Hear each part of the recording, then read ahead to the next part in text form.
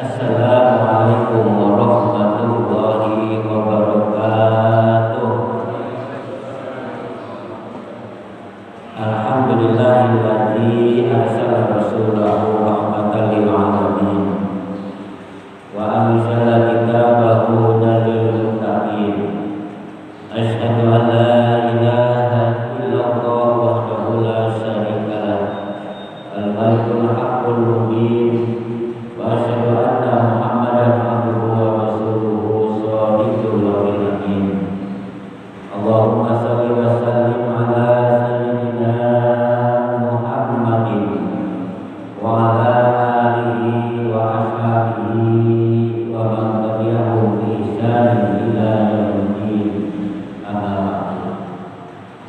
Hadirin jamaah subuh yang dimuliakan Allah, marilah kita sama-sama bersyukur kepada Allah Subhanahu wa taala atas izin karunia, hidayah, taufik, hidayah dan maunannya. Pada kesempatan yang mulia dan berbahagia ini, kita masih banyak sekali diberikan nikmat sama Allah, tapi khusus nikmat iman, nikmat Islam, nikmat sehat dan nikmat kesempatan, sehingga kita masih dapat menjalankan kewajiban kita sholat subuh berjamaah yang dilanjutkan dengan taklim, dengan harapan semoga seluruh rangkaian amal ibadah kita senantiasa mendapatkan ridho Allah Subhanahu wa taala. Dan dengan hadir di majelis taklim yang mulia ini, semoga menjadikan wasilah Allah Subhanahu wa taala mengangkat derajat kita, memuliakan kita, mengampuni seluruh dosa-dosa kita, menutupi segala aib keburukan diri kita dan keluarga kita. Semoga Allah Subhanahu wa taala senantiasa memberikan kemudahan dan kelancaran dalam semua urusan kita. Semoga Allah mengabulkan segala cita-cita kita, mencukupkan segala kebutuhan kita. Semoga Allah senantiasa memberikan kesehatan, keselamatan, keberkahan dan kejayaan kepada kita semuanya. Dan juga mohon kepada Allah, semoga Allah jadikan keluarga kita, keluarga anak-anak kita menjadi keluarga yang sakinah mawaddah warahmah. Allah berikan keturunan kepada kita, anak keturunan yang soleh dan solehah, dan semoga kelak Allah wafatkan kita dalam keadaan husnul khotimah. Bismillahirrahmanirrahim. Fatihah. A'udzubillahi minasyaitonir rajim. Bismillahirrahmanirrahim. Alhamdulillahi rabbil alamin. Ar-Rahmanir Rahim. Maliki yaumiddin. Iyyaka na'budu wa iyyaka nasta'in. Ihdinas siratal mustaqim. Siratal ladzina an'amta 'alaihim ghairil maghdubi 'alaihim waladdallin.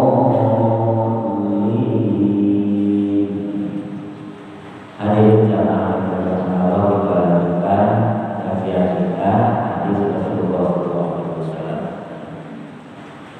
Anib di Anas bin Malik radhiyallahu anhu, anak Nabi sallallahu alaihi wasallam qala, dari Anas bin Malik dari Nabi sallallahu alaihi wasallam, beliau bersabda, aksir dikrol mauti yusbiluka amma siwahu wa alaika bisukri fa innahu ziyadatun bin ni'mati wa alaika bin du'ai fa innaka la tadri mata mustajablah wa anhaka an salasin la tangkut ahdan wa la tu'in ala na'lihi wa iyyaka wal bagya fa inna man baqa alaihi la yansurannahu Allahu fa iyyaka wa makra fa innahu la yahidul makru syai'u illa biha. dari Anas bin Malik radhiyallahu anhu, dari Nabi sallallahu alaihi wasallam, beliau bersabda, "Aksir dzikrul mauti." Perbanyaklah kamu mengingat mati. Yusgiluka amma siwahu, sehingga melalaikan kamu dari yang lainnya. Wa alaika bisukri, hendaklah kamu selalu bersyukur. Fa innahu ziyadatun in ni'mati, karena bersyukur itu dapat menambah nikmat. Wa alaika bidu'ai fa innaka la tadri mata yustajabu lak. Perbanyaklah kamu selalu berdoa, karena sesungguhnya kamu tidak tahu kapan doamu itu dikabulkan. Wa anhaka an salasin la tanqud ahdan, dan aku melarang kamu dari 3 hal. Rasulullah, aku melarang kamu dari 3 hal, yaitu ahdan wala qa'in ala nafsi. Janganlah kamu mengingkari janji, dan janganlah bermaksud untuk mengingkari. Jauhilah perbuatan aniaya, karena sesungguhnya orang yang dianiaya itu akan ditolong sama Allah Subhanahu wa ta'ala. Fa inna man bagha alaihi la yansurannahu Allah wa iyyaka wa maqra innahu la yahibbul makrus sayyi'u illa bi'ahdi. Dan jauhilah tipu daya, karena sesungguhnya tipu daya itu tidak akan menimpa selain kepada orang yang melakukannya. Hadirin jamaah yang dimuliakan Allah, ini ada sebuah pesan dari Rasulullah Sallallahu Alaihi Wasallam kepada sahabat Anas. Namun demikian, mafhum mukhalafahnya adalah pesan ini untuk kita semua, untuk kita umat Rasulullah Sallallahu Alaihi Wasallam. Beliau berpesan dengan 3 pesan, perintah dan juga 3 larangan. 3 perintah, yang pertama aksir dzikrul mauti yusgiluka amma siwahu. Perbanyaklah kamu mengingat mati, sehingga melalaikan kamu dari yang lainnya. Jadi mengingat mati ini merupakan bagian daripada tanda-tanda orang yang cerdas. Orang yang cerdas itu adalah orang yang selalu mempersiapkan dirinya untuk kematian. Jadi banyak mengingat kematian, ya. Dan yang kedua adalah tanda orang yang cerdas itu adalah orang yang mampu mengendalikan nafsunya ketika dia marah. Jadi memperbanyak mati ini karena memang kematian itu datangnya misterius. Kita tidak tahu kapan kematian itu datang. Tapi yang jelas itu sebuah kepastian. Isma syita aminaka hiduplah kamu sekehendakmu. Namun ingat, suatu ketika kamu pasti akan mati. Jadi kematian itu adalah kepastian. Tidak ada orang yang bisa menolak kematian. Walaupun dia mau dan akan bersembunyi di dalam peti besi yang terkunci kuat begitu ya. Gak ada. Kalau udah waktunya datang pasti datang. Idza jaa ajaluhum la yasta'khiruna sa'atan wa la yastaqdimun. Apabila ajalan itu sudah waktunya datang, tidak ada manusia yang bisa menundanya atau memajukannya. Itu dengan kekuasaannya manusia barangkali bisa menunda kematian, tidak. Dengan hartanya yang melimpah, apakah manusia bisa menunda kematiannya? Tidak. Kalau udah waktunya datang.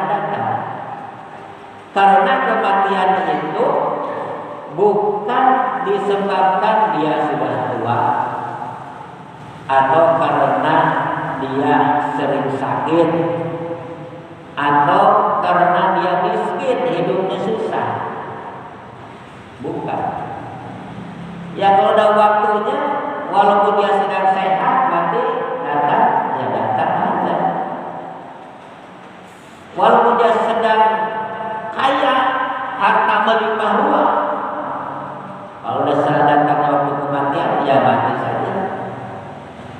Gak ada yang bisa menghalang-halangi. Kalau dia itu seorang pejabat tinggi, udah ada waktu mati, walaupun dia itu masih lama menjabatnya, baru menduduki kursi jabatannya, waktunya mati datang, ya mati datang saja. Ya. Baik itu dia masih kaya, ataupun sedang menduduki jabatan, ataupun sedang sehat, ataupun sedang sakit, apakah dia sedang miskin dan sebagainya, waktunya datang kematian pasti datang. Kenapa? Karena kematian datang bukan karena semua itu, karena ajalnya memang sudah tiba, waktunya sudah tiba. Jadi tidak bisa ya kita menghalang-halangi malakatul maut untuk menunda kematian. Oleh karena itu Rasulullah SAW mengingatkan kita aksi dikrol mauti yusgiluka amma siwa. Jadi perbanyaklah dengan kematian, sehingga kalau dia banyak mengingat mati, lupa melakukan hal-hal yang melalaikan kita untuk ingat kepada Allah. Ya. Jadi kalau sudah kita banyak mengingat kematian, kita pasti akan banyak mengingat Allah. Ya. Karena banyak yang membuat kita lalai, lupa kepada Allah, lupa kepada kematian karena urusan dunia, karena hubung dunia, mencintai dunia yang berlebihan, ya. Mencintai istri yang berlebihan, mencintai anak berlebihan, mencintai harta, mencintai kontrakan, mencintai jabatan, ya. Gak boleh berlebihan. Kenapa? Karena disampaikan oleh Imam Ali, wahbib ma'asita fa'inaka kepadaku. Silakan kalian semua mencintai istri, anak, ya, harta, perusahaan, jabatan. Namun ingat, apa yang kalian cintai itu pasti akan berpisah dengan kita. Apakah kita yang duluan, atau istri yang duluan, atau jabatan yang duluan, atau kita yang duluan? Jadi itu tetap gak ada yang tahu. Makanya kita tidak boleh berlebihan mencintai sesuatu yang sifatnya duniawi, apalagi sampai melupakan kita kepada Allah Subhanahu wa Ta'ala. Wa amal masih tak ada, masih beramallah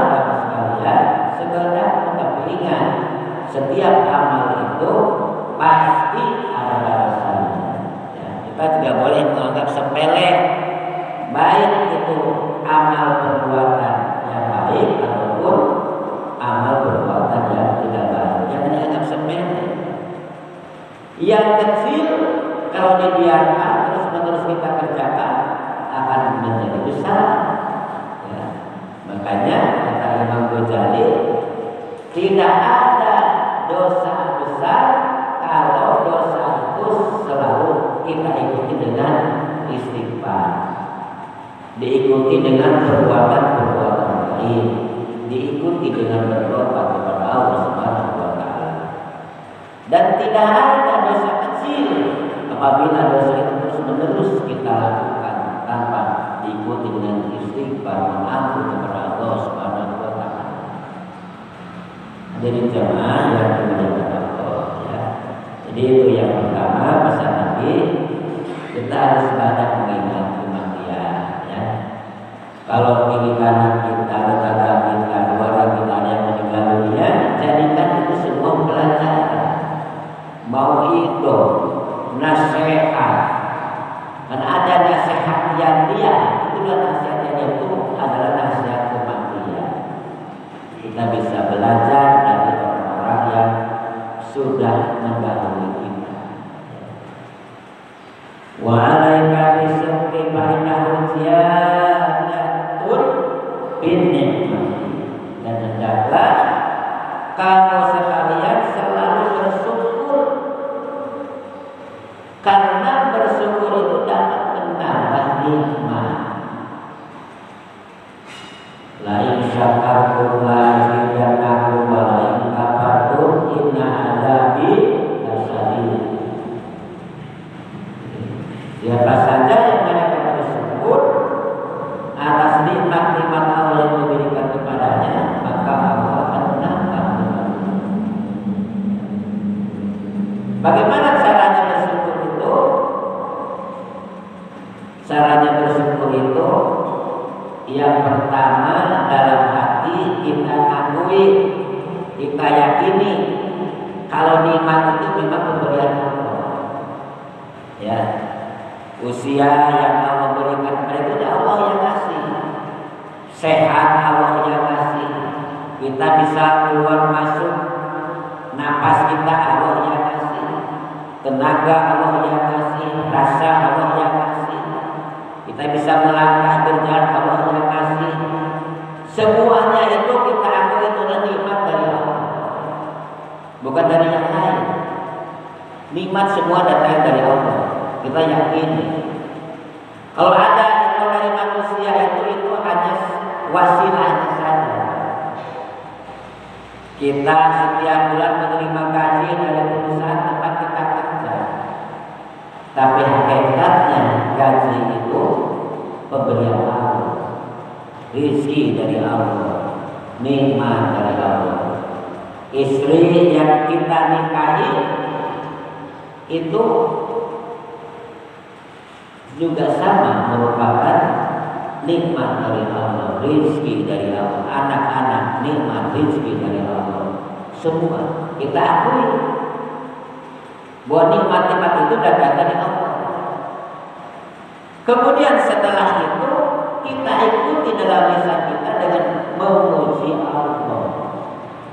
Banyak memuji Allah.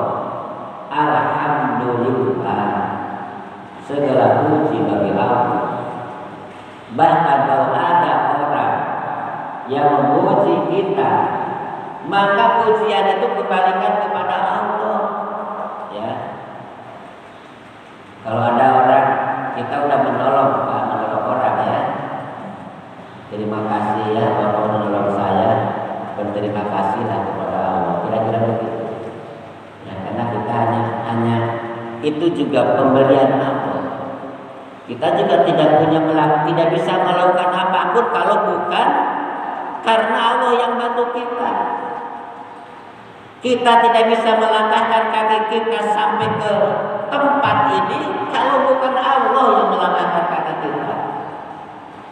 Kita tidak bisa berjalan melihat tempat jalan menuju tujuan kita kalau bukan Allah yang memberikan penglihatan kepada Kita tidak bisa ikut pengajian mendengar nasihat-nasihat para ulama kecuali Allah yang memberikan pendengaran kepada kita. Kita tidak bisa membuat pendengaran sendiri. Kita tidak bisa membuat penglihatan sendiri. Ini betapa mata ini merupakan suatu nikmat yang sangat luar biasa. Ini ada satu cerita, satu kisah. Jadi dikisahkan ada seseorang itu dia selama 50 tahun sejak dia balik dalam hidupnya tidak pernah melakukan dosa. Semuanya dia lakukan untuk ibadah saja. Untuk ibadah saja kepada Allah. Sehingga dia itu merasa dirinya itu pokoknya udah pasti masuk surga, kira-kira begitu. Ya. Sampai di panggilan Allah Subhanahu wa taala, orang ini minta kepada Allah, "Ya Allah, masukkan saya ke dalam surga-Mu dengan pahala ibadah saya." Allah menjawab, "Ya tidak bisa begitu. Karena ini adalah pengadilan. Harus hitung-hitungan dulu antara pahala ibadah yang kamu berikan kepadaku dengan nikmat yang aku berikan kepadamu selama kamu hidup." Ya, jadi kalau mau hitung-hitungan begitu, Pak. Hanya dihitung, Pak. Pahala sholatnya, pahala puasanya, pahala zakat, infak, sedekahnya, pahala umrohnya, pahala hajinya, semua dikumpulkan. Ibadah selama 50 tahun yang tidak diselingi dosa. Ibadah terus berjalan. Selesai dihitung seluruh amal-amalnya dia, pahalanya dihitung. Giliran sekarang menghitung nikmat Allah. Kata Allah, "Saya berikan nikmat mata kepadamu, nikmat telinga, pendengaran, nikmat merasa, dan nikmat-nikmat yang lain." Mulai dari nikmat mata, dihitung nikmat mata saja dia bisa melek, brojol, dilahirkan oleh ibunya. Lama-lama dia bisa melihat kiri kanan itu sampai dia mati. Ternyata nikmat mata sebelah mata, Pak. Ternyata ibadah 50 tahun itu tidak cukup untuk membayar satu mata sebelah. Tidak cukup. Rasanya kita ini berat masuk surga dengan mengandalkan pahala kita. Berat.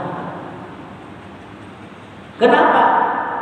Karena masuk surga itu bukan dengan ibadah kita, dengan pahala kita. Masuk surga itu dengan rahmat dari Allah. Dengan rahmat Allah masuk surga itu, Pak. Bukan dengan pahala. Kok ada orang yang sudah membunuh 100 orang saja diceritakan dia masuk surga, Pak. Ya. Tapi ada seorang ulama besar, ya, orang ulama besar terkenal, wah dia ibadahnya hebat, diceritakan dia ahli neraka. Ada, ya, Pak Siso apa sih namanya, yang dia tergoda dengan dunianya, yang matinya syukur khotimah. Tapi ada orang yang membunuh 100 orang, tapi matinya husnul khotimah. Itu. Jadi nggak bisa kita ngandalin pahala. Tapi Allah masukkan kita ke surga itu dengan rahmat Allah. Nah, bagaimana caranya kita untuk mendapatkan rahmat Allah? Salah satunya ibadah kita, menjalankan kewajiban, menjalankan sunnah-sunnah, salah satunya di antaranya. Tapi banyak lain lagi yang mendatangkan rahmat Allah. mencintai makhluk-makhluk Allah. Ada diceritakan seseorang masuk surga hanya karena menolong seekor anjing yang kehausan. Ada diceritakan seseorang masuk neraka hanya karena menyakiti seekor kucing. Tuhan ya. Ada orang masuk surga hanya karena membuang sampah di jalan. Ada orang masuk neraka hanya karena membiarkan ada pohon melonjor ke jalanan, dia biarkan pada menghalangi orang. Kalau begitu kira-kira polisi tidur itu artinya mengganggu apa tidak? Saya tidak tahu. Kalau polisi tidur dia akan mengganggu orang berjalan, sama dengan hadis itu. Ada pohon yang melonjor di jalan, dia biarkan dia ahli neraka. Ya, jadi kalau bikin polisi tidur itu harus sesuai dengan peraturan. Ada perdanya, Pak, jangan sembarangan. Di depan masjid boleh, depan sekolah boleh.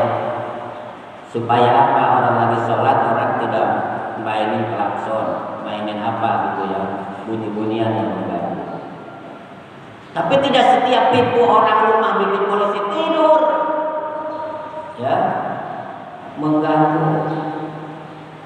Saya pernah satu kamar di sebuah hotel dengan petugas pemadam kebakaran dalam acara pelatihan diklat deteksi dini selama 10 hari, Pak, di Puncak. Selama 10 hari saya satu kamar dengan petugas pemadam kebakaran, yaitu pelatihan deteksi dini. Salah satu yang dikeluhkan pemadam, pertama katanya, Pak, kita udah berusaha pengen cepat sampai nyampe ke lokasi dia telat, diomelin. Yang bikin telat warga juga katanya. Kenapa? Itu setiap 1 meter katanya itu ada polisi tidurnya. Bagaimana katanya kami mau bisa cepat, Pak, bawa mobil, bawa kendaraan. Itu salah satunya, Pak, keluhan orang pemadam. Dia pengen cepat sampai ke tempat lokasi kebakaran, mobilnya tidak bisa cepat, setiap meter ada polisi tidurnya. Ya, ini kita juga perlu pertimbangan, Pak, kalau bikin kayak begitu itu ya. Jadi antara manfaat dan madorotnya itu bagaimana? Manfaat dan madorotnya, Pak. Ada lagi, malam-malam ada seorang yang sakit dan parah, dibawa ke rumah sakit, masukin mobil, ya, membawa ke rumah sakit. Seharusnya dia nyampe ke rumah sakit 15 menit sampai, bisa 30 menit. Kenapa? Karena banyak polisi tidurnya. Mobil kan gak bisa langsung jebret-jebret aja, polisi tidur pasti rem, naik, rem lagi, rem lagi, Pak. Akhirnya ya, walaupun mungkin ajal tadi disampaikan oleh takdir Allah, keluarnya bilang ini gara-gara polisi tidur nih saya jadi telat sampai ke rumah sakit. Akhirnya tidak tertolong, Pak. Tidak tertolong orang yang mau dibawa ke rumah sakit gara-gara kebanyakan polisi tidur. Ini perlu dipertimbangkan manfaat madarat polisi tidur itu, Pak. Jadi jangan egois kita ya. Kalau di RT 4 ini, Pak, nggak ada polisi tidurnya. RT 4 coba lihat ada kantor RW-nya, satu pun nggak ada polisi tidurnya. Tapi tidak pernah terjadi apa, aman-aman saja. Ya, jadi perlu dipertimbangkan ini bagaimana kita ini melakukan suatu hal itu yang membuat Allah itu ridho kepada kita. Bahwa orang-orang yang beriman itu membuat orang lain itu aman, selamat dari lisannya dan dari perbuatannya. Itulah tanda-tanda orang yang beriman ya. Jadi banyaklah bersyukur, karena bersyukur itu dapat menambah nikmat. Jadi bersyukur itu yang pertama dalam hati kita yakini bahwa nikmat itu datang dari Allah, yang ngasih Allah. Banyakin memuji Allah, alhamdulillah. Kemudian setelah itu yang ketiga, kalau kita bersyukur, manfaatkan nikmat itu di objek-objek yang diridhoi sama Allah. Allah ngasih duit kepada kita, duit itu gunakan untuk objek-objek yang diridhoi sama Allah. Allah kasih baju kepada kita, gunakan baju itu untuk ibadah. Allah ngasih tenaga kepada kita, gunakan tenaga itu untuk melakukan hal yang positif dan seterusnya. Allah memberikan lisan kepada kita, gunakan lisan itu untuk banyak berpikir kepada Allah dan seterusnya. Itulah cara kita bersyukur kepada Allah Subhanahu wa taala, ya. Jadi kita manfaatkan. Jangan merasa harta yang kita miliki ini hasil diri sendiri. Itu titipan dari Allah. Jangan sampai kita menyesal di kemudian hari, ya. Kenapa? Kan nanti akan banyak sekali orang sudah dia akhirat nanti dia minta dikembalikan ke dunia. Ya Allah, kembalikan aku ini ke dunia, hidupkan lagi, kembalikan lagi. Maka aku akan mensedekahkan segala yang aku miliki dan aku akan menjadi orang-orang yang baik, orang-orang yang soleh, begitu. Tapi itu kan penyesalan yang sudah terlambat. Jadi jangan ada orang mengatakan begini, ya, ngapain kamu ini ngumpulin harta banyak-banyak, harta kan gak dibawa mati. Itu salah, Pak. Itu pikiran yang keliru.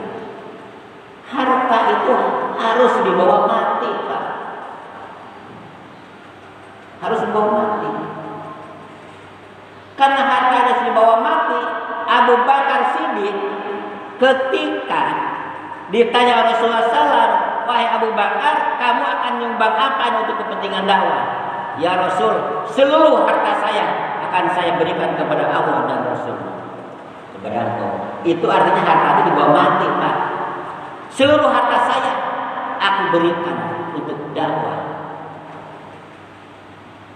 Utsman ditanya lagi, kalau kamu Utsman, ya Rasul, berapa kau punya kekurangan, kebutuhan untuk kepentingan agama ini? Aku tutupi semuanya. Itu artinya harta itu dibawa mati, Pak. Ya. Kalau ke masjid Jumatan jangan milih-milih lembaran uang, Pak. Kenapa? Uang itu harus dibawa mati, Pak. 100.000, 50.000, 20.000, 10.000, 5.000, 2.000. Ada semua di dompet kita. Mana yang kita pilih? Karena kita punya prinsip harta itu akan dibawa mati, ambil yang 100.000, masukin tuh ke kotak amal itu, Pak. Karena harta saya harus dibawa mati. Gitu, Pak. Tapi kalau hartanya dibawa mati, biarin, Pak. Di bank miliaran, ratusan miliar, biarin aja. Zakatnya nggak dikeluarin. Ada emas ditaruh di pegadaian, di bank, nggak pernah dikeluarin zakatnya. Bikin kontrakan setiap tahun ratusan pintu. Itu yang punya prinsip harta tidak dibawa mati, dikumpulin semuanya, Pak. Tapi kalau harta yang dibawa mati, Pak, punya 10 kontrakan, 1 gratisin. Tuh, saya dapat itu di Cilincing itu, saya nemu orang punya kontrakan, ada belasan kontrakan. Jadi satu kontrakannya itu sebulannya itu rata-rata 1 jutaan. Jadi dia itu dari sekian kontrakan, ada 2 kontrakan itu yang 1 kontrakan untuk anak yatim, yang 1 kontrakan untuk kegiatan masjid. Jadi dua pintu itu, yang 1 pintu untuk anak yatim, 1 pintu kegiatan masjid. ternyata saya hidupnya berkah luar biasa. Berkah luar biasa. Dan tidak pernah ada cerita kontrakannya itu kosong, nggak pernah, nggak ada cerita. Dan sekarang udah punya 40 kontrakan. Jadi selalu, jadi ditambah. Jadi dia setiap 10 kontrakan satu bebas, satu uangnya dikasih untuk sosial dan agama. Berarti kalau 40 kontrakan berarti 4 pintu itu disisakan, 2-nya untuk anak yatim, 2-nya untuk masjid, kegiatan masjid. Saya mengapresiasi karena saya lihat langsung adalah Pak Ustadz, saya katanya Allah kasih rezeki kepada saya, jadi saya cukuplah ngebiayain anak ini itu dengan kontrakan ini. Jadi setiap 10 pintu itu 1 pintu Pak, tidak ada duitnya itu untuk kegiatan sosial dan agama, untuk anak yatim dan untuk masjid di dekat rumahnya. Untuk masjid itu yang untuk kegiatan kayak beginilah, kayak kegiatan kita ya. Luar biasa. Coba kalau di kita di se RW ini taruhlah dikumpulkan semuanya, ada yang punya 200 pintu kontrakan. Setiap 10 kontrakan kasih ke masjid 1 kontrakan. Hasilnya maksudnya ya, berarti udah 20 kontrakan Pak. Satu pintunya 1 juta, 20 juta sebulan dari kontrakan doang itu masuk ke mesin. Kalau ngikutin beliau itu yang di Kebantenan, Cilincing, tapi menginspirasi, cukup menginspirasi, ya, bagus gitu. Nah kebetulan memang saya belum punya kontrakan, jadi nggak bisa ngikutin, ya. Tapi kalau punya kayak beliau, pengen kayak begitu juga, pengen. Ya. Atau cari orang-orang yang betul-betul memang tidak bisa bayar kontrakan, suruh dia aja, kita aja. Yang penting dia orangnya ahli ibadah, mau ibadah gitu, udah kamu di sini aja, penting rajin ngaji, izin gitu. Jadi itulah makna bersyukur. Jadi makin banyak orang itu bersyukur, nikmatnya makin banyak. Jadi tidak ada cerita orang itu karena banyak bersedekah miskin, bangkrut, gak ada Pak. Gak ada cerita orang itu banyak bersedekah bangkrut. Gak ada. Semakin banyak bersedekah, semakin makmur dia hidup. Ya. Kemudian yang ketiga, wa alaika bidu'ai fa innaka la tadri mata yustajabu lak. Hendaklah kamu selalu berdoa. Banyakin berdoa karena sesungguhnya kamu tidak tahu kapan dan di mana doa itu dikabulkan. Doa yang mana? Jadi berdoa kita tidak boleh putus asa. Ya harus terus. Ya. Karena sesungguhnya tidak ada doa yang tidak dikabul sama Allah. Kenapa? Karena Allah tidak pernah mengingkari janjinya. Ud'uni astajib lakum. Berdoalah kamu kepadaku, pasti aku akan mengijabah doa. Itu kan kata Allah. Jadi tidak ada doa yang tidak dijawab, Pak. Tidak ada doa yang tidak dikabul. Pasti. Dan doa itu merupakan ibadah, bukan ibadah. Setiap kita berdoa kita dapat pahala. Setiap kita berdoa dikabul sama Allah. Hanya saja kadang Allah menguji kita, menguji kesabaran kita. Seperti Nabi Ibrahim alaihissalam berdoa minta keturunan, harus menunggu dikabulnya berpuluh-puluh tahun. Padahal yang berdoanya Nabi. Allah pengen coba menguji kesabaran hambanya. Ya, apakah dia sabar apa tidak dalam berdoa terus, Pak? Udah puluhan tahun, bahkan satu kisah dikatakan sampai 80 tahun berdoa baru dikabul. Ya. Ada yang sudah bertahun-tahun. Seperti saya begini Pak, ada orang itu yang pengen sekali ke tanah suci, apakah umroh, apakah haji. Akhirnya dia berdoa, dikasih doa. Udah baca aja ini ya, doa. Ya. Dia terus berdoa. Di antara doanya itu adalah kalau kita pengen cepat bisa ke tanah suci itu Pak, doanya itu baca sholawat. Namanya sholawat Ibrahimiyah. Kemudian ada doanya, boleh pakai bahasa Indonesia, boleh pakai bahasa Arab. Ya. Allahumma yassir lana ziyaratal haramain wa yassir lana ziyaratal qabri Rasulullah sallallahu alaihi wasallam fi kulli salatin aw fi kulli waqtin wahid. Boleh pakai bahasa kita, ya Allah mudahkan saya untuk bisa menziarahi haramain Mekah Madinah. Dan mudahkan saya ya Allah untuk bisa menziarahi makam Rasulullah setiap saat atau setiap tahun. Kemudian baca sholawat 11 kali setiap habis sholat. Sholawat Ibrahimiyah. Sholawat Ibrahimiyah itu bunyinya Allahumma sholli ala sayyidina Muhammad wa ala ali sayyidina Muhammad kama shallaita ala sayyidina Ibrahim wa ala ali sayyidina Ibrahim wa barik ala sayyidina Muhammad wa ala ali sayyidina Muhammad kama barakta ala sayyidina Ibrahim wa ala ali sayyidina Ibrahim fil alamin innaka Hamidum Majid. 11 kali Pak. Ya. Jadi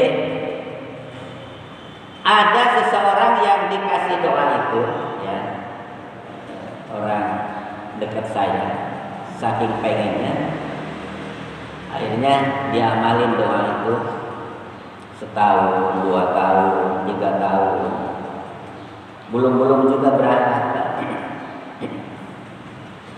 sampai dia mengamalin doa itu 10 tahun Pak. Baru udah 10 tahun bisa berangkat ke Mekah haji. Akhirnya dari situ tiap tahun Pak berangkat. Dan setiap berangkat tidak ada yang ngeluarin uang sendiri. Gak ada. Karena kan aturan tidak bisa berangkat haji tiap tahun Pak. Tapi teman saya ini diangkat jadi kepala seksi urusan haji. Dulu masih kepala seksi haji yang di Kemenang. Ya. Sejak dari situ kalau pejabat itu boleh tiap tahun Pak, gak ada aturan, tiap tahun boleh berangkat. Ya. Jadi lucunya itu, beliau masih ada sampai sekarang, kawan saya ini, senior saya. 10 tahun berdoa, 10 kali juga haji gratis Pak. Unik sekali. Itu pengalaman beliau luar biasa.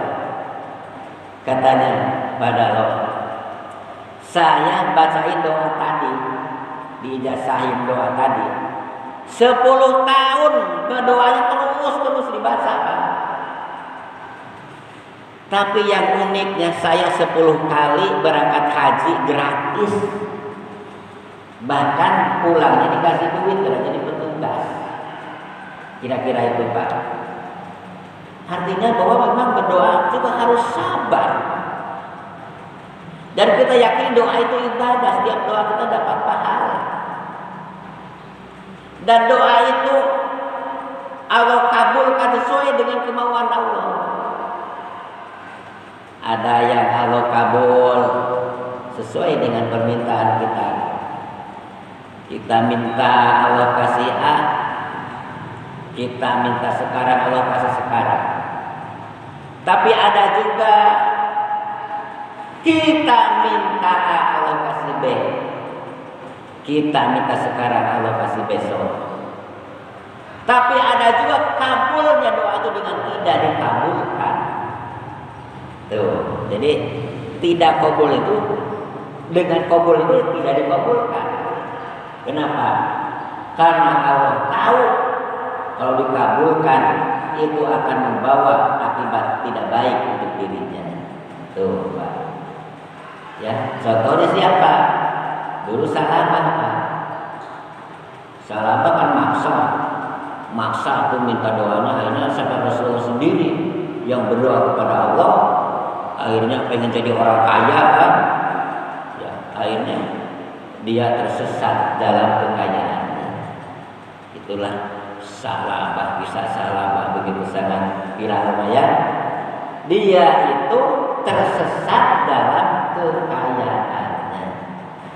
Banyak orang tuh istilahnya disoledan di dalam ini dalam tumpukan harta. Kayak seperti semut gitu ya, banyak orang itu semut itu mati kalau masuk ke dalam gula yang berkarung-karung gitu kayak. Tapi kalau semut itu nemu satu butir gula, selamat dia. Tapi semut itu masuk ke dalam satu karung karung beras itu isinya gula, banyak yang mati semut di dalam gula. Ya kira-kira begitu, Pak. Ya, banyak orang diuji sama Allah dengan kemiskinan, dengan kesusahan, ya, dengan kekurangan, dia sukses melewati kesusahannya itu. Tapi banyak orang yang diuji dengan kenikmatan, dengan harta yang melimpah, dengan jabatan yang tinggi, kemudian dia tidak mampu melewati ujian itu, Pak. Ya, jadi semuanya ya kita kembalikan kepada Allah Subhanahu wa Ta'ala. Jadi saya kira ini saja 3 hal pesan Rasulullah SAW. Mudah-mudahan kita semuanya mendapatkan kekuatan bimbingan dari Allah untuk bisa menjalankan 3 pesan ini. Selalu ingat kematian, selalu bersyukur dan selalu berdoa kepada Allah Subhanahu wa Ta'ala, dan tetaplah kita berdoa karena doa itu kita yakini pasti dikabul sama Allah Subhanahu wa Ta'ala, dan Allah akan mengabulkan doa kita itu sesuai dengan kemauan Allah yang memberikan manfaat, kebaikan dan kemaslahatan untuk kita hambanya. Dan semoga kita semuanya senantiasa diberikan kesehatan, keluarga kita, kedua orang tua kita yang masih ada, semoga Allah panjangkan umurnya, berikan kesehatan jasmani dan rohaninya, dan yang sudah tidak ada Allah ampuni dosa-dosanya, diterima amal ibadahnya dan ditempatkan di tempat yang mulia insyaallah Subhanahu wa Ta'ala. Bismillahirrahmanirrahim. A'udzubillahi minasyaitonir rajim. Bismillahirrahmanirrahim. Alhamdulillahirabbil alamin arrahmanir rahim maliki yaumiddin. Ya Allah ya nasta'inu ihdinas siratal mustaqim siratal ladzina an'amta 'alaihim ghairil maghdubi 'alaihim waladdallin. Amin. Bismillahirrahmanirrahim. Alhamdulillahirabbil alamin. Asy-syakirin dan al-amin. Hamdan yuafi ni'mal hamid majidan ya rabbana lakal hamdu wa lakal syukru kama yanbaghi li jalalika wa azimi sultanik. Allahumma shalli ala sayyidina Muhammadin sallallahu alaihi wa sallam biha min awwal wal akhir wa taqdimana biha jamal hajat wa ta'uduna biha min jami sayyid wa tarfa'una biha ila malakal rizal wa balikuna biha asyarul yatin jamil khairat bil hayat wa ba'dal mamat. Allahumma inna ala liqika wa syukrika wa sujudi ibadatik. Allahumma ighfir lana dhunubana wal walidina warhamhum kama rabbawna shighara wa li jami'il muslimin wal muslimat wal mu'minin wal mu'minat al ahya'i minhum wal amwat. Allahumma ij'alna syakura wa ij'alna syakura wa ij'alna bi a'yunina saghira wa bina kabira. Allahumma 'afina bi badanina, Allahumma 'afina bi sabrina, Allahumma 'afina bi basarina. La ilaha illa anta Allahumma salimna min kulli afatin dunya wa 'adzabil akhirah wa fitnatid dunya wa fitnatil akhirah. Allahumma yassir umurana wa sil maqasidana